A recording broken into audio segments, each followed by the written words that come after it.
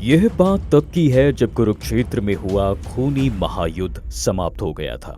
युद्ध में दोनों तरफ के लाखों लोग मारे गए, इतना खून बहा कि धरती तक लाल हो चुकी थी। अब पांडव युद्ध में विजयी रहे और उन्हें हस्तिनापुर की गद्दी भी मिल गई, लेकिन अपनों को खोने के चलते वो बिल्कुल भी खुश नहीं थे। और फिर कुछ दिन बाद तब वह अपने जीवन की सबसे बड़ी भूल करते हैं, जब क्रोध और दुख में अंधे होकर उन्होंने स्वयं महादेव भगवान शिव पर ही अस्त्र उठा लिए थे। इस पर भगवान शिव ने क्रोधित होकर पांडवों को श्राप दिया था कि वह कलयुग में दोबारा जन्म लेंगे। लेकिन दोस्तों, आखिर ऐसा हुआ क्या कि पांडव देवाधिदेव भगवान शिव से लड़ने को तैयार हो गए? और क्या कलयुग में पांडवों का जो पुनर्जन्म होना है वो हो चुका है या फिर अभी बाकी है? तो अगर आप भी जानना चाहते हैं कि भगवान शिव ने पांडवों को कलयुग में पैदा होने का श्राप क्यों दिया था, तो अंत तक बने रहें। अगर हमारे चैनल पर पहली बार आए हैं तो द डिवाइन टेल्स को सब्सक्राइब के साथ साथ वीडियो ध्यान से देखें, क्योंकि मैं आपको बताऊंगा कि द डिवाइन टेल्स स्टोर पर धार्मिक चीजों पर 20% का डिस्काउंट आप कैसे पा सकते हैं। करते हैं आज की इस कहानी की शुरुआत महाभारत के आखिरी दिन से। दोस्तों, महाभारत युद्ध का 18वां और अंतिम दिन था। कुरुक्षेत्र की धरती पर मौत का सन्नाटा छाया हुआ था।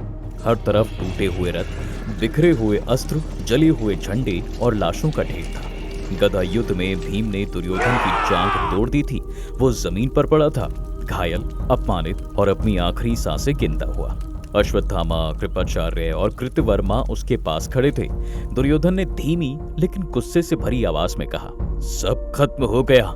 फिर उसने अश्वत्थामा की तरफ देखा। अश्वत्थामा, मुझे मरने से पहले 5 पांडवों के कटे हुए सर देखने हैं। ये सुनकर अश्वत्थामा की आंखें भी क्रोध से भर गईं। उसके पिता महारथी द्रोणाचार्य छल से मारे गए थे और अब प्रतिशोध की ज्वाला उसके अंदर चल रही थी। तो उसने दुर्योधन के सामने प्रण लिया, मैं वचन देता हूं, सुबह होने से पहले पांडवों का अंत हो चुका होगा। लेकिन ये सब होने से पहले ही भगवान श्री कृष्ण को आने वाले संकट का एहसास हुआ। वो जानते थे कि जब सब कुछ समाप्त होता दिखता है तभी काल अपना सबसे खतरनाक खेल खेलता है। उन्हें अंदाजा हो चला था कि ये संकट आम नहीं है, इसलिए उन्होंने पांडवों को सावधान रहने की हिदायत दी और खुद जा पहुंचे एक निर्जन स्थान पर, जहां वो भगवान शिव की तपस्या और स्तुति करने लगे। अब शिव जी प्रसन्न हुए तो स्वयं वहां पर प्रकट हुए। कृष्ण ने भगवान शिव से पांडवों के शिविर की रक्षा करने के लिए कहा, जिसे भोलेनाथ ने स्वीकार भी कर लिया और वो शिविर में आ गए। मध्य रात्रि का समय था, चारों तरफ गहरा सन्नाटा छाया हुआ था। तभी अश्वत्थामा, कृपाचार्य और कृतवर्मा पांडव शिविर की ओर बढ़े, लेकिन जैसे ही उनकी नजर द्वार पर पड़ी, तीनों के कदम वहीं पर रुक गए। उनके सामने खड़े थे स्वयं महादेव, और उनका रूप इतना भयंकर था कि बड़े से बड़ा योद्धा भी कांप उठता।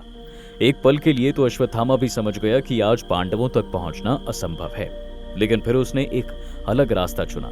अश्वत्थामा ने शिवजी की ही स्तुति शुरू कर दी, हे महादेव, आप तो भक्तों पर कृपा करने वाले हैं और मैं आपकी शरण में आया हूँ। कहते हैं अश्वत्थामा ने महादेव को एक दिव्य तलवार दी और शिविर में प्रवेश की अनुमति भी। लेकिन ये अनुमति थी या काल का लिखा हुआ नियम, ये आज भी एक रहस्य है। शिविर के अंदर सब सो रहे थे, पांडव वहां पर नहीं थे। किसी को अंदाजा नहीं था कि मौत उनके बीच आ चुकी है। और फिर शुरू हुआ एक ऐसा नरसंहार जिसने महाभारत की जीत को पांडवों के लिए एक शोक में बदल दिया। शिविर में घुसकर इन्होंने एक एक कर पांडवों के पुत्रों को मार दिया, और वो भी तब जब वो गहरी नींद में सो रहे हों। बिना चेतावनी और बिना किसी युद्ध के रात के सन्नाटे में शिविर में सिर्फ चीखें गूंज रही थी और सुबह तक सब समाप्त हो चुका था। अश्वत्थामा कटे हुए शीश लेकर दुर्योधन के पास लौटा। पांडवों के वंशजों के सर देखकर दुर्योधन थोड़ा संतुष्ट हुआ और फिर कुछ ही देर में उसने भी अपने प्राण त्याग दिए। दोस्तों, पांडवों के शिविर में लौटने पर क्या हुआ वो भी जानेंगे, लेकिन उससे पहले आपको बता दें कि आपके अपने द डिवाइन टेल स्टोर के बारे में, जिस पर मिलती है भगवान की मूर्तियां, पूजा सामग्री, यंत्र और माला जैसी सभी धार्मिक चीजें, हाई क्वालिटी और बजट दोनों में। ऊपर से हमारे व्यूअर्स के लिए स्पेशल 20% डिस्काउंट है, जिसके लिए आपको इस्तेमाल करना होगा कूपन कोड divine20। तो आज ही विजिट करें thedivinetales.com पर और ऑफर का फायदा उठाएं। तो दोस्तों सुबह जब पांडव लौटकर आए तो उनके पैरों तले जमीन खिसक गई। हर तरफ लाशें थीं। उनके पुत्र निर्जीव पड़े थे। द्रौपदी विलाप कर रही थी। तभी एक जीवित बचे सारथी ने कहा, हमने शिविर के द्वार पर महादेव को देखा था। ये सुनकर पांडवों के मन में एक भयानक प्रश्न उठ खड़ा हुआ। अगर महादेव स्वयं रक्षा कर रहे थे तो कोई अंदर कैसे आया? मित्रों, दुख में आदमी कभी कभी विवेक खो देता है और यहां भी वही हुआ। शोक और क्रोध में अंधे होकर पांडवों ने सोचा, कहीं ये सब शिवजी की इच्छा से तो नहीं हुआ। और फिर मर्यादा तोड़ते हुए उन्होंने महादेव को ही दोष देना शुरू कर दिया। कहते हैं क्रोध में आकर पांडवों ने महादेव पर अस्त्र तक चला दिए, लेकिन जो हुआ उसने सबको हिलाकर रख दिया। पांडवों के सारे अस्त्र शिवजी के शरीर में समा जाते थे। न उन्हें चोट लगती न कंपन। महादेव शांत खड़े थे, जैसे समुद्र जो पत्थर फेंकने से प्रभावित नहीं होता।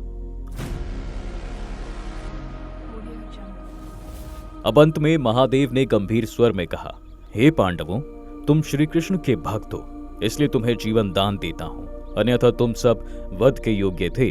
इस अपराध का फल तुम्हें भोगना पड़ेगा। तुम सब कलयुग में पुनः जन्म लोगे, अपने कर्मों का फल भोगोगे और तब जाकर तुम्हें मुक्ति मिलेगी। ये सुनते ही जहां महादेव अंतर्ध्यान हो गए, वहीं पांडव अब पछता रहे थे। वो भागे भागे श्री कृष्ण के पास पहुंचे, जिसके बाद सभी मिलकर शिवजी की शरण में जा पहुंचे। और तब भगवान श्री कृष्ण के पूछने पर महादेव ने इस श्राप से मुक्ति का मार्ग बताया। उन्होंने बताया कि पांडव अपने अंश से कलयुग में जन्म लेंगे।